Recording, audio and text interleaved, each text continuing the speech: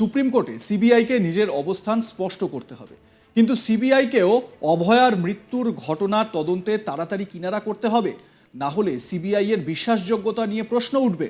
সঙ্গে সুপ্রিম কোর্টের বিশ্বাসযোগ্যতার ওপরও প্রশ্ন উঠে যাবে।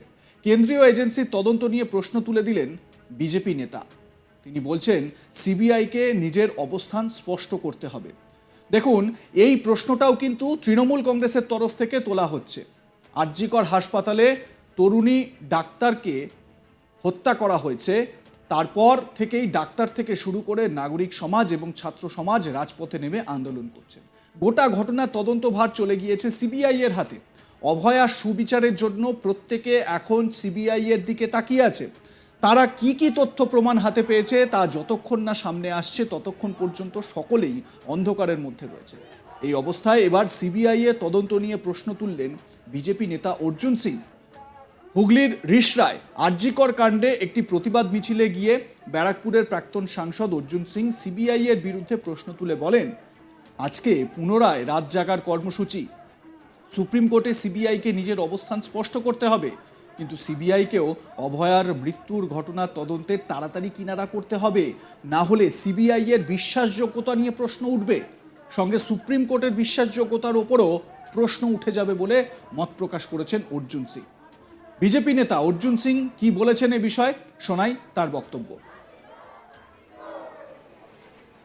दखल है।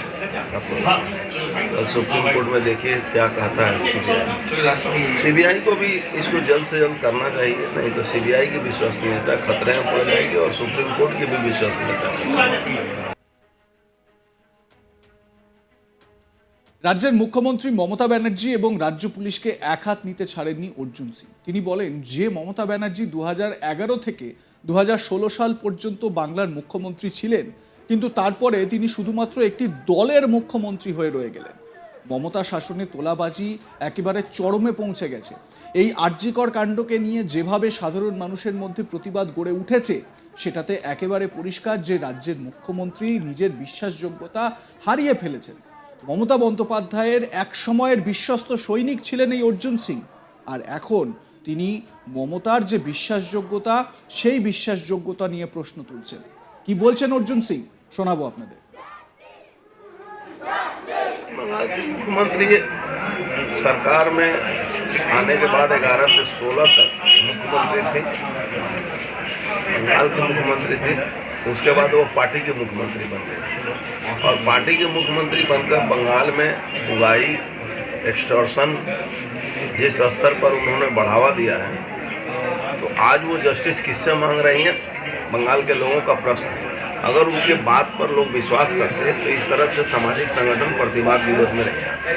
इसका मतलब है कि उन पर लोगों का विश्वास खत्म हो चुका है और सामाजिक संगठन के राजनीतिक दल विरोध कर ही सकता है, लेकिन सामाजिक संगठन साधारण लोग जिस तरह से विरोध में सामने आ रहे हैं, इसका मतलब हुआ कि ममता बनर्जी के ऊपर से विश्वास नहीं हुआ। রাজ্যের পুলিশের বিষয়ে অর্জুন সিং এরও তার মতামত তিনি সামনে রেখেছেন। তিনি বলছেন, পশ্চিমবঙ্গের পুলিশকে পুলিশ বলা মানে একটি পুলিশ ব্যাপার হয়ে দাঁড়াবে, কেননা আজকে বাংলার পুলিশ একেবারে চটিচাটা এবং দলদাস হিসেবে পরিণত হয়েছে। তিনি বলছেন বাংলার পুলিশ নাকি ফুলিশ। শুনুন অর্জুন সিং এর কটাক্ষ ভরা বক্তব্য। पश्चिम बंगाल की पुलिस को पुलिस कहना पुलिस बात हो जाएगा। तो पुलिस रही नहीं गई है, पुलिस एकदम चटी चाटा पुलिस कहते हैं, दलदास पुलिस कहते हैं। স্বাভাবিকভাবে অর্জুন সিং বিভিন্ন বিষয়ে তিনি তার মতামত রেখেছেন। এক, সিবিআই এর যে তৎপরতা, সেই তৎপরতা আরও বাড়াতে হবে। সিবিআইকে তড়িঘড়ি তদন্ত যে এগিয়ে নিয়ে যেতে হবে এবং অভয়ার যে নির্মম পরিণতি, সেই পরিণতিতে তার কি সিবিআই এর কি বক্তব্য, সিবিআই কি কি ইনভেস্টিগেশনে পেয়েছে এবং কারা কারা প্রকৃত দোষী, সেই বিষয়গুলো কিন্তু তুলতে হবে। তা না হলে সিবিআই এর যে বিশ্বাসযোগ্যতা, সেই বিশ্বাসযোগ্যতা হারিয়ে যাবে বলে ব্যাখ্যা করছেন অর্জুন সিং। আরও একটা বিষয় তিনি বলছেন, সেটা হচ্ছে গিয়ে মমতা বন্দ্যোপাধ্যায়ের বিশ্বাসযোগ্যতা। তিনি বলছেন 2011 থেকে 2016 পর্যন্তই মমতা বন্দ্যোপাধ্যায় রাজ্যের মুখ্যমন্ত্রী ছিলেন, তারপর শুধুমাত্র একটি দলের মুখ্যমন্ত্রী হয়ে গেছেন। মানে তিনি বলতে চাইছেন যে সেই সময় তৃণমূলের মুখ্যমন্ত্রী হয়ে গেছেন। এবং এ বিষয়ে আমি আমার সহকর্মী ভোলানাথ সাহার সঙ্গে কথা বলেছিলাম। তিনি কি বলছেন তার প্রতিবেদনে শুনুন। আরজিকর কাণ্ডের একটি প্রতিবাদ মিছিলে হুগলি রিসরায় আসেন ব্যারাকপুরে প্রাক্তন সাংসদ অর্জুন সিং। তার সঙ্গে ছিলেন আসানসোলের বিজেপি নেতা জিতেন্দ্র তিওয়ারি সহ অন্যান্য বিজেপি নেতৃত্ববৃন্দ এবং এই ভাটপাড়া বিজেপি নেতা প্রিয়াঙ্কু পাণ্ডে। এই প্রতিবাদ কর্মসূচি শেষে অর্জুন সিং একের পর এক রাজ্যের মুখ্যমন্ত্রী এবং রাজ্যের পুলিশের বিরুদ্ধে ক্ষোভ উগড়ে দেন। সিবিআই এবং সুপ্রিম কোর্টের ব্যাপারেও কিছু গুরুত্বপূর্ণ মন্তব্য করেছেন অর্জুন সিং।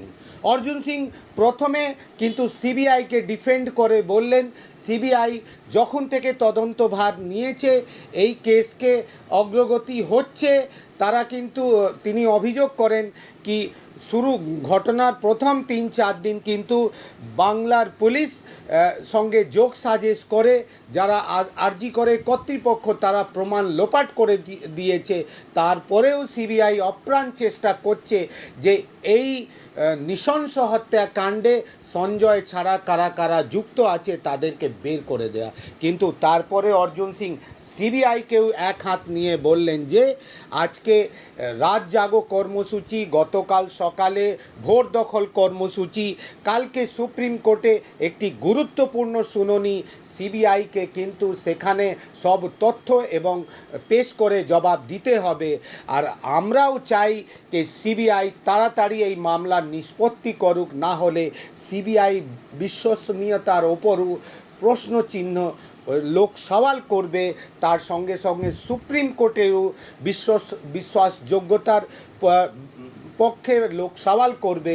অর্জুন সিং বলেন যে রাজ্যের মুখ্যমন্ত্রী মমতা ব্যানার্জি প্রথম নিজের টার্মে 2011 থেকে 16 কিন্তু বাংলার সর্বগণের মুখ্যমন্ত্রী ছিলেন, কিন্তু তারপরে 2016 থেকে আজ অবধি মুখ্যমন্ত্রী কিন্তু একটা দলের মুখ্যমন্ত্রী রয়ে গেছেন।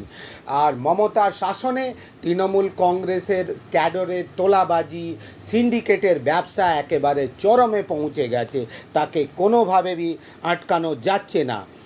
আর এই জন্যে যে আরজি করে ঘটনাটি তারই প্রতিফলন, মুখ্যমন্ত্রী দোষীদের চরম শাস্তি দেওয়ার জায়গায় কিন্তু দোষীদের আড়াল করার চেষ্টা করছেন।